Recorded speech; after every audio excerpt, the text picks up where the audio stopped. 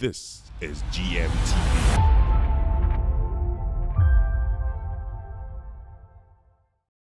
Hello, welcome to Spotlight on Gmtv, where we spotlight, as the name sounds, people in different walks of life and how they are also faring in the Christian faith, right? And then we know we always have to bring a balance in life and also teach people how to, of course, take the priestly garment outside into the secular world.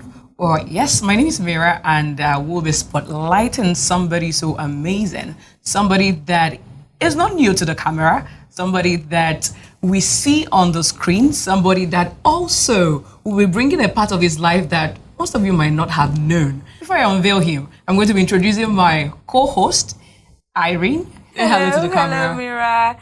Good morning, good afternoon, good evening from wherever you're watching. My name is Irene William, and it's good to be here.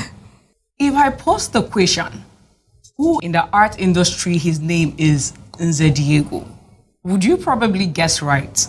Well, your guess is as good as mine, because today in the house we have Stanley Ebuka Nze Diego. I hope I got that right. Wow, I'm not even sure the last time someone called me that. It just felt like I went back to my village.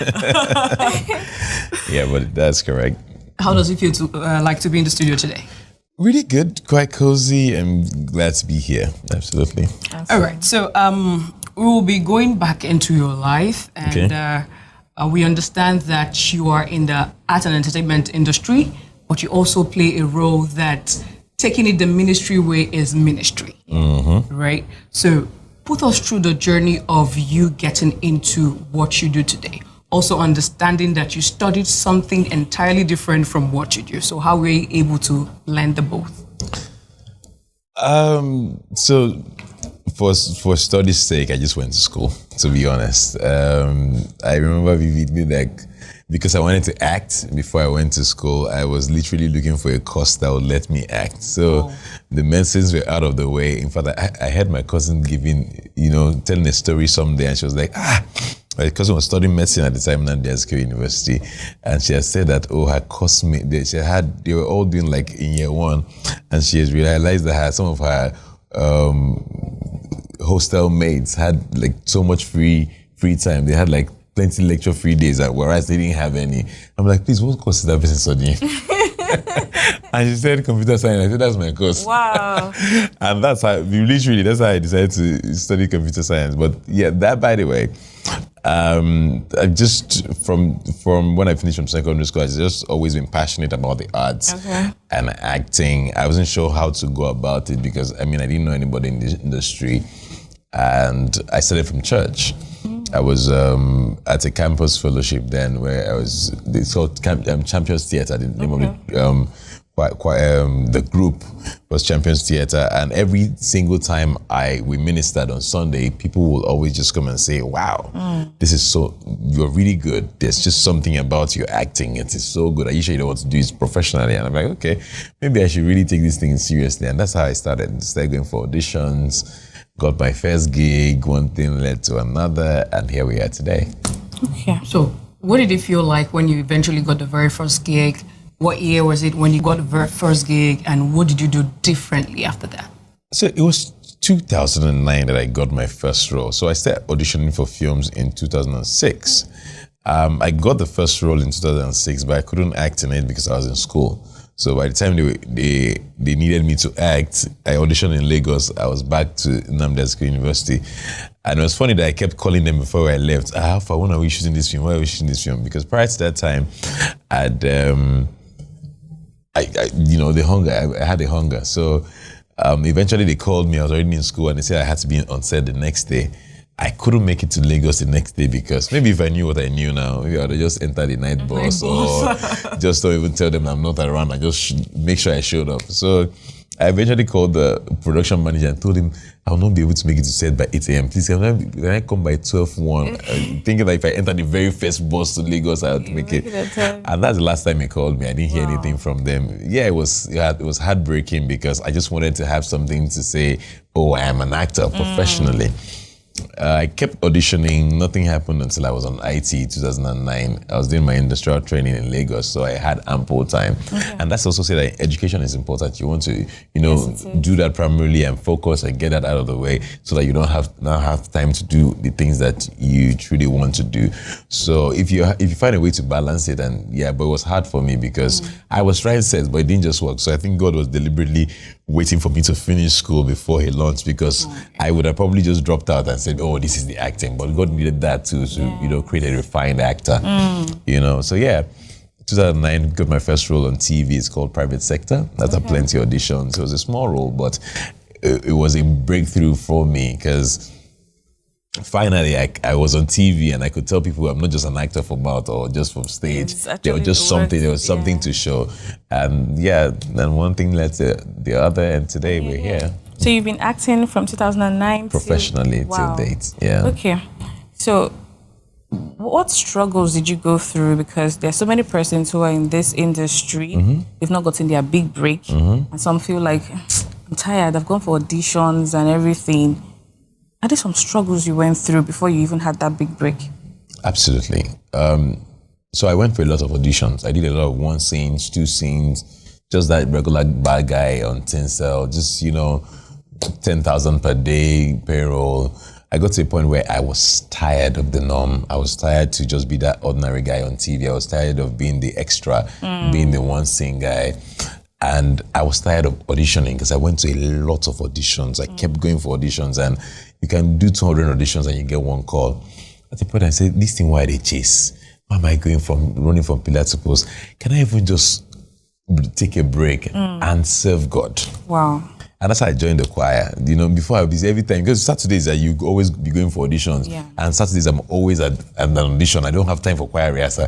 I said, okay, I'll still be going for these auditions, but I will make sure that I give God my premium time and let how the secret, the kingdom of God and every other thing will be added. I joined the choir at the University Keja at the time, Gmtv choir. And I was dedicated. Sometimes, and it's so funny that from that choir, I'll be in rehearsals, my phone will start ringing. Somebody recommended you for a job. Wow. And it never happened. It used to just be that you must audition, and you get 1 scene, 2 scenes. But when I said, you know what? I've been chasing this thing and it's happening in trickles. How about I just really focus and serve God and make something out of my life? And that was when this acting thing started chasing me. Wow. Frankly, and so that means service to God is something that actually absolutely creates opportunities.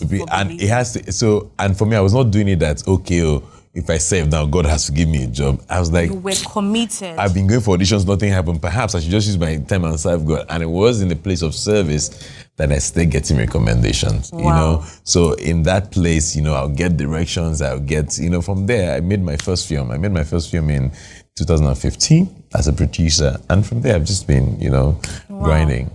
Wow, that's profound. So as a Christian in the industry, how do you stay on track? Because you said, you went into service, you were in choir and everything, and yes, you were collecting the acting roles and everything, but the whole industry, how saturated it is, moral values and all of that. As a Christian, how do you stay on track and still deliver excellence in whatever role you're playing? So I always make it a point of duty to feed on the right thing.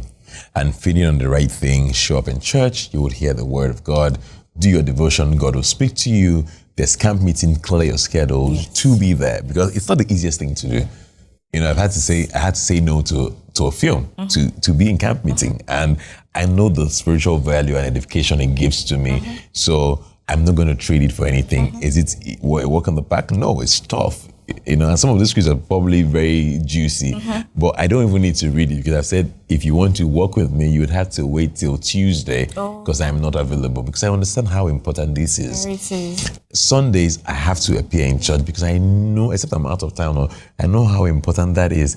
And sometimes we can lose sight of, the entire vision and go, because it's like, oh, you're just busy. Things are happening for you now.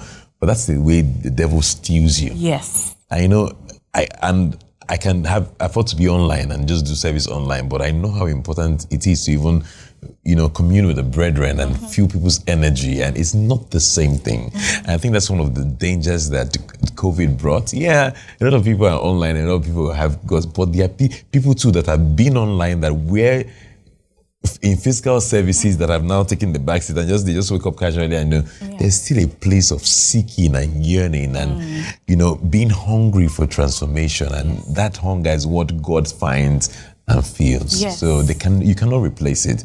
So, and God knows you cannot cheat God, you cannot lie to God. It's a thing of your heart. The P was talking about the worship that is the worship with the language of the heart. You cannot deceive God. If you're genuine, even you Yes. when it's not real, when it's lip service. When I say I love you, Lord, do you really love the Lord? Yeah. So those are the measures I put in place to make sure that I still have and safeguard. Because when I was nothing, I would always come here, and I know one of the things I told God is, no matter how high you take me, I want to always remember you and constantly worship in spirit and in truth. And that's, for me, it's more important to me that I feel like it is to God, because I need it. I'm the one that needs it. Wow. I like the tips you've given. But let's talk about competition for a bit. This industry is very competitive. It is. As a Christian and someone who's, who wants to be on that right track, there are times when, let's talk about awards. You want to give awards to certain persons in the industry, or maybe roles. And you go for the audition, you got casted with someone on the other side, and it has to be me that will get this. And they don't even pick you. Or awards, they don't even give you. How do you stay in the place of patience and know that this will still pay forward? I will get there. Because some persons, I was talking with somebody who is also in the entertainment industry and also acting, and he was sharing his struggles with me in this light, and he's like, why? They have their cabal, they keep picking their people, and you're a believer, you're like waiting for that, that time when they will choose you. How? Because I saw you get awards, AMVC and all of that. How do you stay in that place of patience and know that this will still find you? So I'm living it. I'm literally living it. If I haven't won the AMVCs, you'll be like, he's just talking it. I'm living the testimony. There's no discrimination when it comes to excellence. You can't say because you're in church, you do this role shabbily or you do it half-baked and you expect because you're a God. There's a place of grace, right? But there's a place of great work. Yes. The way Impa puts it is that it is an act of service. It's an act of worship to God. The way I act my films, the way I bring my characters to life, I don't expect, the goal is that nobody in Africa will be able to deliver a character the way I would deliver it. Wow. As a child of God. Wow. It's understandable when it's a role I cannot afford to play because of my faith. There are roles I cannot be the one bringing to life, but bet you, if you put me side by side, the people in the world, I would do it better than anybody, and that's the mentality. Yes. So it's not enough to say I want to be an award winner. It's not enough to say I want the AMVCAs. Have you paid the price? Have you put in the work? Aside from praying and yearning from those roles, more so, there are roles that are specifically designed to put you on the global stage, to put you on the map, to put you on that stage. Have you even prayed to be in those sort of films, to work? Some people say, I cannot be in this kind of film. I cannot. Well, the kind of films you're doing, I don't have excellence enough to be recognized, to be awarded. So we also need to understand that we're, the way someone put it during one of the breakout sessions is that we're in an industry of wolves. We are sheep, but we would look like wolves to be in this sort of industry. And now as sheep start to change. And that's a secret. Maybe, I don't know if this one is censored, but yeah, that's what it is. So there's a big role for excellence. There's a big role for even be auditioning for those kind of films, for the films that would bring you in the limelight. More so, you don't have to be in every film. More so, because there can be a place for, I'm a gospel actor, I'm not a secular actor. There's a place for that. Yes. You also need to understand there's more to life than just physical awards. Whenever I'm in a film, the greatest award I get is the fact that you watch it and you come to tell me, Stan, that's such an amazing performance. Mira says, oh, I felt it. There's something about the role. Yeah, it might not have been a gospel film. Yes. But there was something about it that you took. Maybe it was how to start a business. You took a value. You took, the excellence in the film. It's something. And that's for me, it's the biggest award I can win for the film. The one that is physical is secondary. Awesome. Wow. Okay, so just around here. Yeah. Bringing a balance to it. Okay. Right? You mentioned that you understood your call also in terms of ministry to be in the choir. Because I know a lot of us struggle, a lot of people struggle, to balance life. Oh, I want to do this and I want to do this. I want to be in the movie industry, but it looks too secular. How do I also balance it off with church? And at what point did you realize that you could combine the both of them and still be the difference in either of the words? So I was listening to Pastor Hugo's interview, and he said our journeys are different. If I tell you that I figured it all out, I'll be lying. Yes. It's one step at a time. Sure. God says, do not do this film, you drop it. Do this one. Oh, they say I should kiss. How would you do it? How would you say not to? We all have this. Sometimes I come to the altar and say, I'm not going to kiss again. There are certain roles that I need to make believable in a certain way. So you have to be able to trust your gods and trust God, the God living on your inside, to speak to you and teach you. So I'm not going to come and tell you now, this is the kind of film you should act, this is how you should not act it. It's your career. Yes. However, there's someone that is in charge of the life you always need to consult while you make those decisions. And as you do that, he will lead you every step of the way. Okay, so we see a lot of trends going on, and then, meeting your personality off the social media and off the camera and all of that. You seem a very humble person. How do you, with the whole fame, still attain humility? So I hope that this testimony would go from you seem like a very humble person to you are a humble person. Because that's what I want it to be. Yes. And like I said here before, that when I was starting, I always remember, it's so vivid, I told God, no matter how high you take me, I want to always remember. So anytime I feel like bragging during worship, I remember that word and I go back to it. However, I had role models in Dominion City. PCJ used to be my pastor, Pastor Chikodi Chineme. And I have not seen a man that is as humble. People that I've worked with so closely as PCJ. He's such a big pastor, but he's such a, small pastor. I don't know if you get what I mean. And I looked at him even before I grew and I said, God, whatever you have given to this man, whatever you gave him is something I want to carry. And I know that this is important to me, no matter how high you get. So even when it feels like, oh, I'm big and people, I constantly remind yourself, you remember PCJ, you remember the prayers you made. It's not time to put it to practice. Yeah. Somebody wants to snap a picture. Can you smile well? You're hungry, smile well.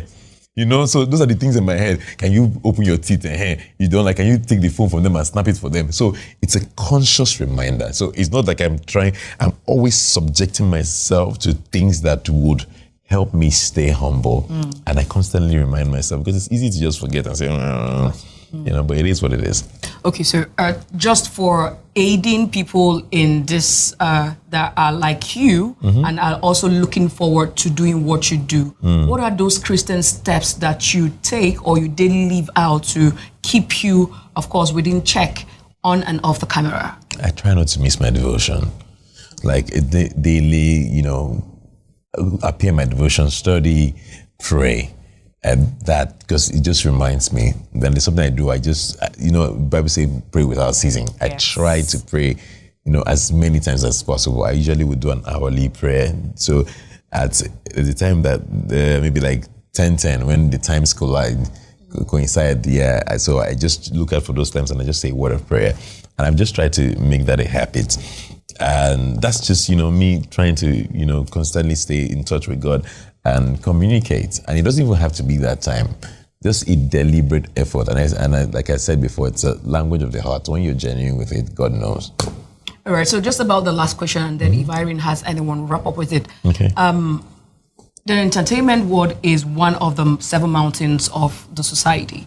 So how do you advise people in church, and how do you also advise that the church also dominates that part? Also seeing the fact that a lot of people think it's so secular and they don't want to get into it because of holiness and because of the faith. So how do we navigate through it, also standing our ground as Christians? Like I said, it's an industry of wolves. You have to look like a wolf to take it. So we have to start breaking down those mindsets and imaginations and stronghold. Somebody's going to take it for God. Who will it be?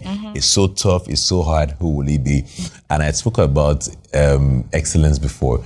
You will not be able to be influential in an industry where you're not excellent. If you're constantly just the guy in the background, you have to get to the top. For you to be able to say this is how things will be done in this industry, you need to have been able to get, just like Mrs. Bumi Awoshika is doing. You know, she is in the business and finance industry, and you see how impactful she is because she's excellent at the work. You know, so you cannot just come with, as a Christian, they give you a call time of 9 a.m. and you're showing up at 10 and you want people to listen to you. As a Christian, they give you don't have your lines, you show up. So when you say this is what it is, who is going to take you seriously? So I think let's tackle the things that are really important. Kingdom values. Rather than saying, I cannot act in this kind of film so that you can feel holier than thou, can you be an excellent worker? Can you keep to time when you're given a call time? I mean, there are some films that are just for entertainment. They're not necessarily Christian films, but they will make people laugh. And that in itself is a ministry. Comedy is a ministry. Oh, there are films that they just, for people to even have something to watch at night. Yeah, let's just be pretty decent. I mean, it doesn't have to. However, there's a place for faith-based films in the industry. I don't know when this is airing. I have a film releasing today. It's called Tehillah. It's faith-based film. It's on Love Story Media. You probably want to go and watch it. It will bless your life anytime you see it. It's such a powerful film, and I cannot wait for you to see it. Thank you so much for this chat. It was a pleasure chatting with you. I hope you actually enjoyed it. It was really interesting, honestly. Thank you for having me. I was actually going to say something. I'm an Nigerian. Hey, Nigerian, so yeah. I don't miss anyone. But before we end, I just wanted to say, I hear you speaking so passionately about everything you're doing, your work, your walk with God as well. Where does the drive come from? At what point did you know that this is more than a career? It's a calling. Because the way you embrace it. From meetings like this, from camp meetings, I mean, the impactation is not, once you get into those meetings, God will reveal to you. You know, sometimes you feel like you want to forget. He constantly, you know, that's why you have to drag yourself here. That's why you have to constantly expose yourself to those prophecies, those teachings, those things that you've heard. Once you stop connecting with him, you start losing sight of who you are. You know, so a prayer that we'll pray is that God will constantly reveal himself to us as he reveals us to us. Because the more you behold God, the more you discover who you are. Because we are made, you know, in his image, after his likeness. So we are God's. So as we constantly behold God, we see who we are. But you can't keep everything to yourself. So are you mentoring the young generation that will take after you? Absolutely. It's one of the hardest things to do. Okay. But yes, because of time, but I have a couple of boys that I'm mentoring. Nice. Awesome.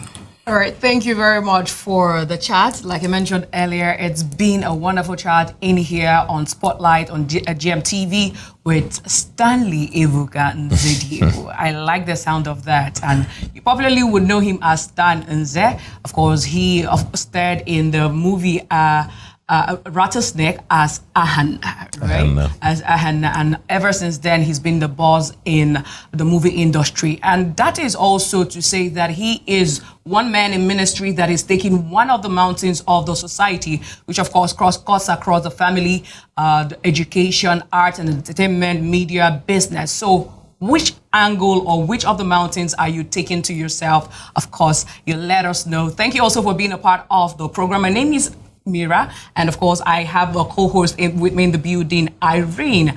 And until we see you next time, this is GMTV. Do well to follow us on all social media platforms at Pastor David Obweli and also Dominion City across the world, and check out our streams and also share the messages.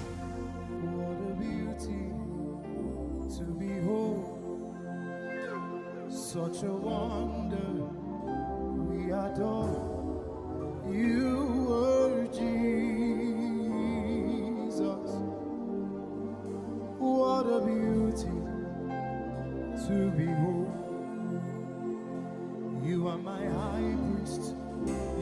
my Messiah. You are the one with eyes of fire. Oh, you are Jesus. This is GMTV.